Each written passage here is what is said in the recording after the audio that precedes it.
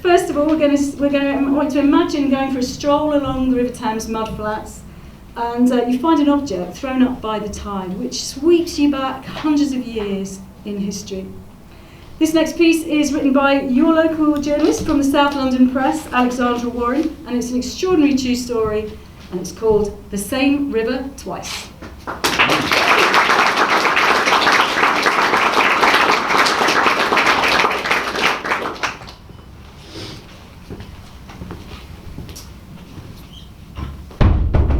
Dining with my dear friend William Morris and his wife Jane has always been an adventure.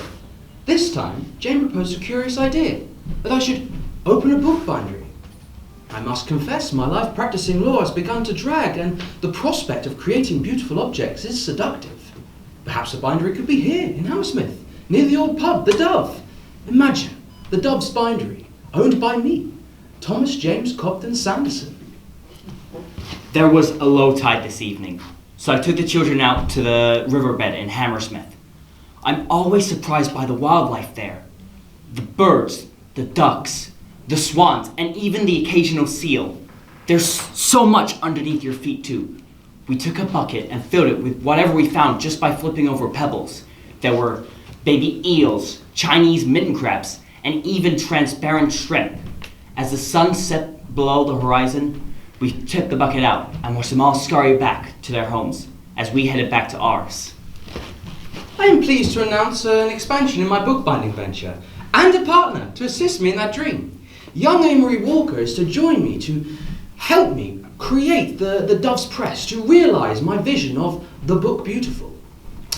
Walker is as amiable a man as one could wish for, and has a wealth of knowledge on the finer points of paper, ink and typography too. We intend to create our own typeface, for our project, the Dove's type.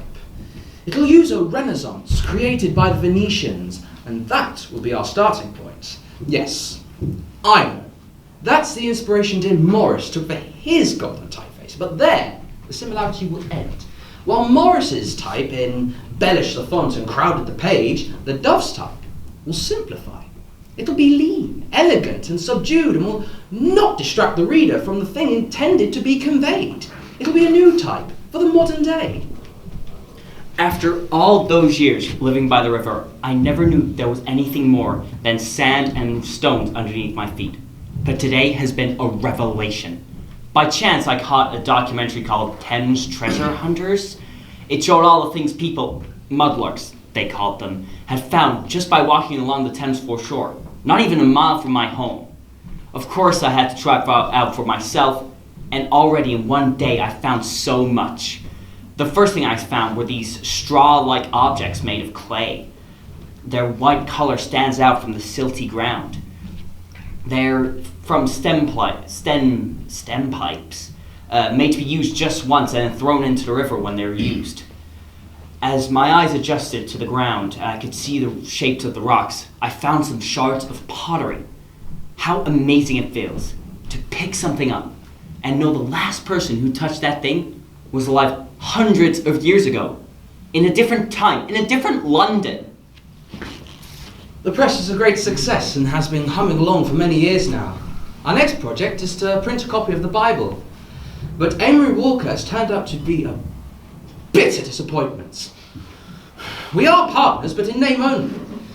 I'd imagined, and I think not unreasonably, that every hour I spent at the press would be matched by his. And I had imagined that our business would be like two sides of a coin, my domain being that of design and text, and Walker's the printed page. But the man is nowhere to be found, never on the spot, save for 5 minutes at a time, and yet, while his own input is waning, he sees fit to criticise mine.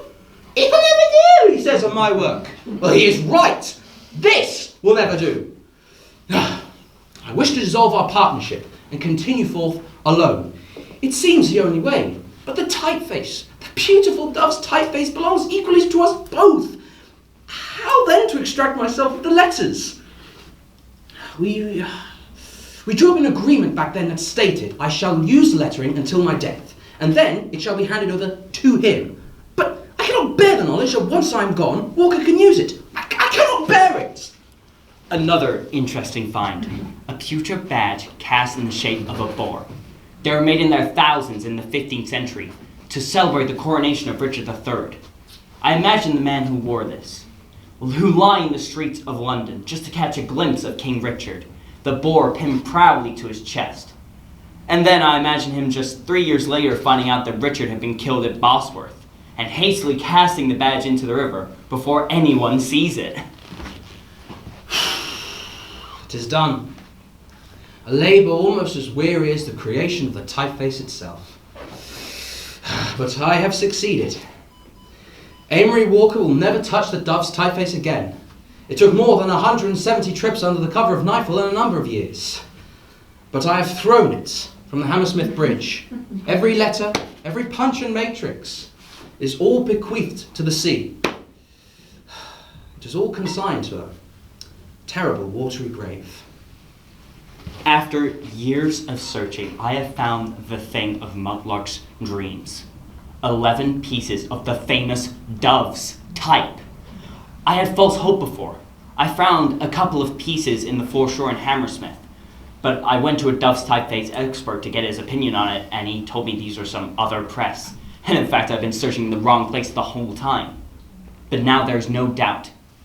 I hold in my hand the famous typeface that was thrown into the river all those years ago. I've decided to donate them to a charity. I've written to something called the Emery Walker Trust, who run a small museum in the house in Hammersmith where the printer, Emery Walker, did most of his work. They even have some of the original books that Walker and his partner helped print, Thomas James Cobden Sanderson. So the pieces will be reunited with some of the work they helped made. It feels like a good resting place for them. They're going home.